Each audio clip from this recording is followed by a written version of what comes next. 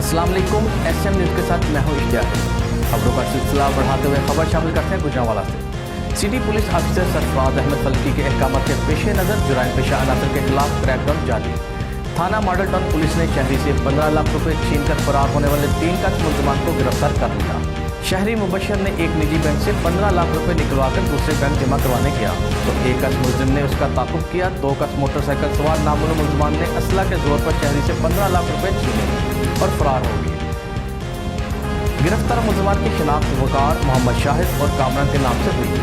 Police ने अपनी जदीद टेक्नोलॉजी की मदद से मुलजमान को पेशा वाराना महारत और जदीद तकनीकी सलाहियतों की मदद से गिरफ्तार किया।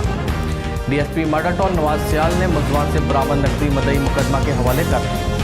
पुलिस की कार्रवाई पर मदई मुकदमा ने मुकामी पुलिस का शुक्रिया अदा किया। डकैतों, चोरों और समाज दुश्मन अनासर के साथ आहनी हाथों से निपटते हुए शहरियों को अमन की फिजा फराहम करेंगे। और इसके साथ ही आपको बताते चले कि गुजरांवाला की शान इनाम बट पहलवान ने 5 पहलवानों को शिकस्त देकर गोल्ड मेडल जीत लिया। एक बार फिर वर्ल्ड बेस्ट रेसलिंग चैंपियन बन गए कि जिस पर पूरी कौम का साथ एक बार फिर फख्र से बुलंद हो गया।